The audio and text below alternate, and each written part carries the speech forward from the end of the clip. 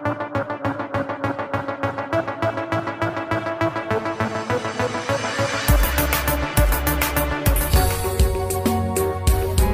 from around the globe. Hot, fresh, balanced and objective. On Unity. Hello and welcome to News Hour on Unity TV. Today is Monday, 4th of May 2023 and it's equivalent to 11th of Sha'ban 1443 after Hijrah. The headlines. Opposition's rigging claim fraudulent, federal government insists. Sudan evacuates Nigerian ambassadors to Sudan, calls for patience from parents. Students. Troops neutralize 3 bandits in Zamfara, recover arms. And on the foreign scene, armed attackers kill 10 in Ecuador port. And in sport, under-17 AFCON Golden Eaglets begin campaign on winning notes. And those were the headlines, and for details and more of the stories, I am Ruqayyat Sani Ibrahim. The Minister of Information and Culture Alhaji Lai Mohammed has told the opposition parties to stop complaining about the 2023 presidential election and accept defeat, describing that claims the election were rigged as fraudulent in a statement signed by his Special Assistant Media Shegun Adeyemi on Sunday in Abuja. The minister stated that both Peter Obi of the Labour Party and Atiku Abubakar of the People's Democratic Party (PDP) lost the election due to overconfidence and complacency. Mr. Mohammed further said that the presidential candidate of the All Progressives Congress Bola Tinubu won the presidential election fair and square and surpassed the constitutionally required 25% of votes cast in each of at least 2/3 of all the states in the Federation and the Federal Capital Territory (FCT). The Labour Party and Civil Society Front has called on the judiciary to restore the confidence of Nigerians ahead of the commencement of tribunals sitting on the presidential and other elections. The group made the call during a press conference held at the Labour House in Abuja on Sunday. A former Nigerian ambassador to Ethiopia, Nkoya Toyo, read the text of the briefing, which was signed by a former president of the Nigerian Bar Association, Olusa Agbakoba San, former senator representing Kaduna Central Sheikh Husani, as well as other members including Udenta, Salisu Muhammad, and Olawale Okuniyi. Also speaking in solidarity with the group, the president of the Nigerian Labour Congress, NLC, Joe Ajero, said the phrase "go to court now" means a lack of hope in the judiciary. The group said the Independent National Electoral Commission, INEC, in cohort with some members of the political class, have driven a death nail into the democratic experience of most Nigerians, thus leaving the electorate despondent to resort to self-help in their effort to salvage whatever is left of the vibrant political engagement with the 2023 elections. According to the group, as affected individuals and parties resort to the court as the main conflict resolution mechanism, it hoped the judiciary, as the final arbiter, will ensure that the malfeasance of those it described as powerful individuals will not be rewarded, but rather they will be discredited and punished. The Nigerian ambassador to the Republic of Sudan, Safiu Olaniyan, has said that the embassy is waiting for clearance from the Ministry of Humanitarian Affairs and NEMA on the buses, and also the governments of Nigeria and Egypt to move the buses across the border. Mr. Olaniyan, in a voice message sent through the Nigerian Diaspora Commission (NIDCOM), stated that a security clearance is what is needed for those at the borders of Sudan to move to Egyptian borders, and all that needs to be contacted have been done. He also clarified that the embassy was not in charge of procuring the buses, but is only following instructions from the Humanitarian Affairs Ministry and NEMA. The ambassador assured parents and students that the embassy officials are fully on ground in Khartoum, and as such they share in the challenges from the war with all Nigerians affected. Ambassador Olaniyan further urged the evacuees not to take any action against the embassy officers, as had earlier been speculated, noting that no official is leaving the country until the last Nigerian has been evacuated. Troops of Operation Hadarin Daji have neutralized 3 terrorists in the Anka local government area of Zamfara State. The Director of Defense Media Operations, Major General Musa Madami, confirmed this in a statement on Sunday. He said troops ambushed bandits in the local government on Sunday morning, adding that following a firefight, 3 of the terrorists were neutralized. 1 PKT gun with 48 rounds of 7.62 mm by 54 ammunition, 3 AK-47 rifles, 3 magazines with 63 rounds of 7.62 mm special ammunition, and 3 motorcycles were also recovered from the terrorists. Bandits have again attacked many communities in the PLATEau local government area of Niger State and abducted an unidentified number of people, while several others were injured.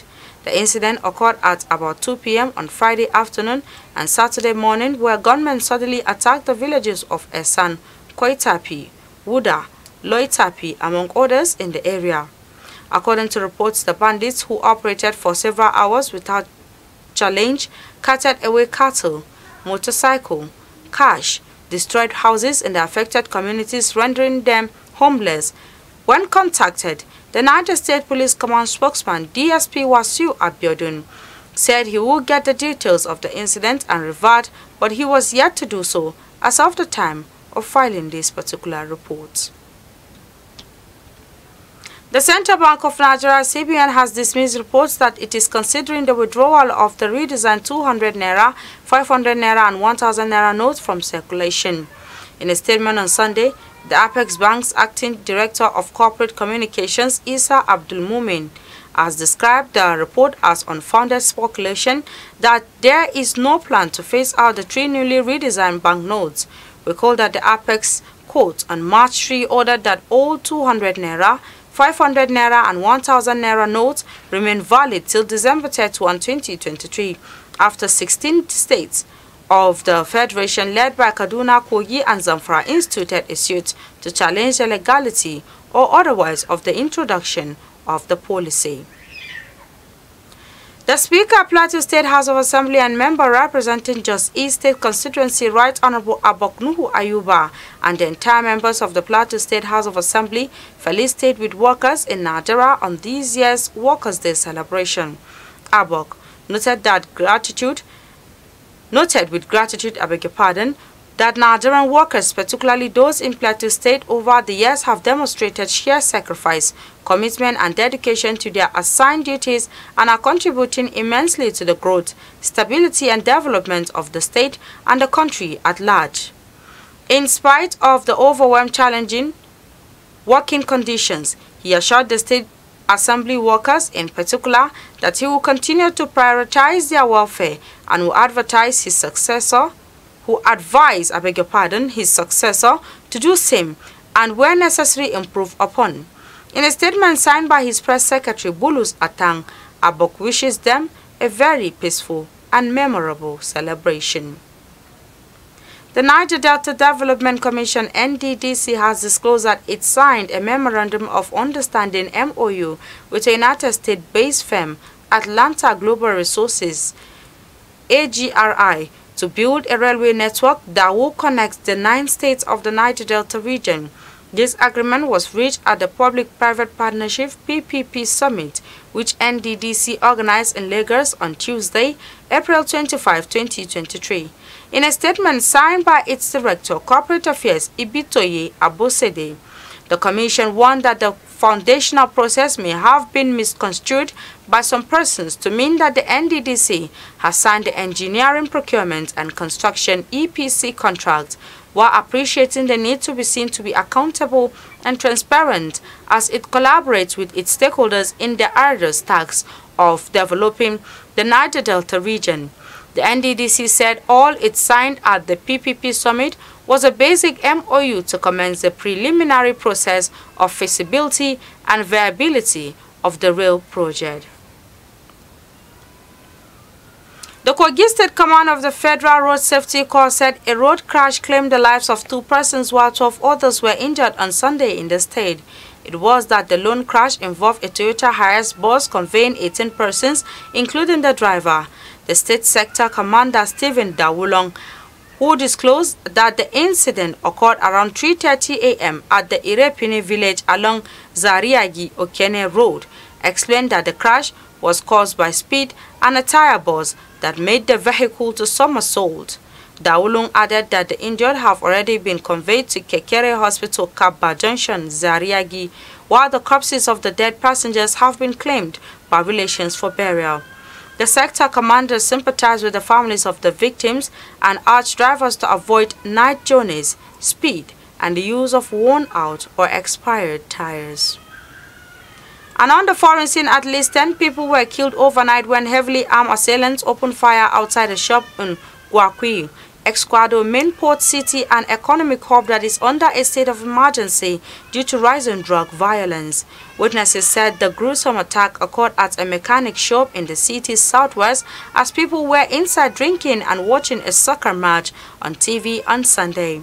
Confirming the incident, General William Villarreal, the police commander for Guayaquil and neighboring Duran and Samborondon, said several people drove up in a black truck, stepped out without saying a word and opened fire using long weapons.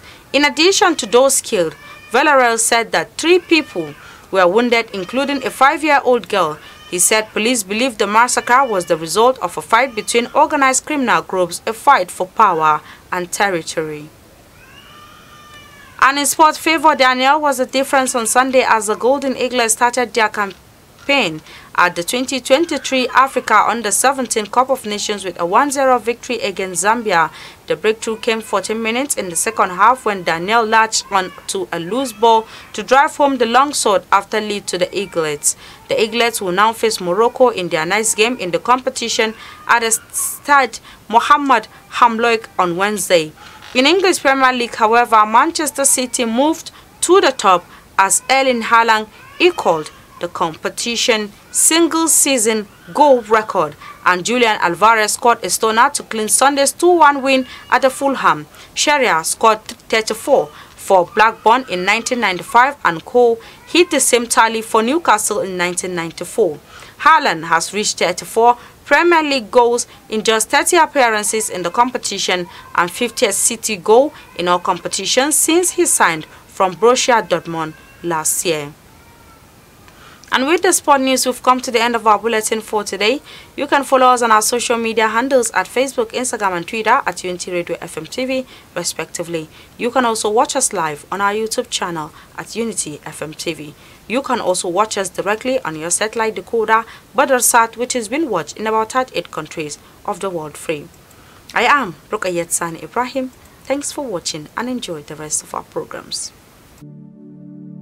I was the head boy in my primary school, senior prefect and best graduating student in my secondary school, but drug abuse almost ruined my life. I was on an average of 2 grams of cocaine per day. I was taking 8 ampoules of pentazosine daily. European shisha, cocaine. I became a user, a dealer and a gangster. I saw other users drowning. I knew I didn't want to be like them, but I was already trapped. My family disowned me. My employment was terminated. I sold my car, sold my house. I'll go out well-dressed and return shoeless, shirtless in exchange for drugs. I was seeing things that were not real, and I once stabbed myself because I felt something crawling under my skin. I contacted NDLEA and started therapy. I spent 3 months in therapy. I spent 8 months. It's easy to relapse, but your mind has to be stronger than the cravings. Drugs does not love you. You are not the one using drugs. Drugs are the one using you. Say no to drug abuse. Unity.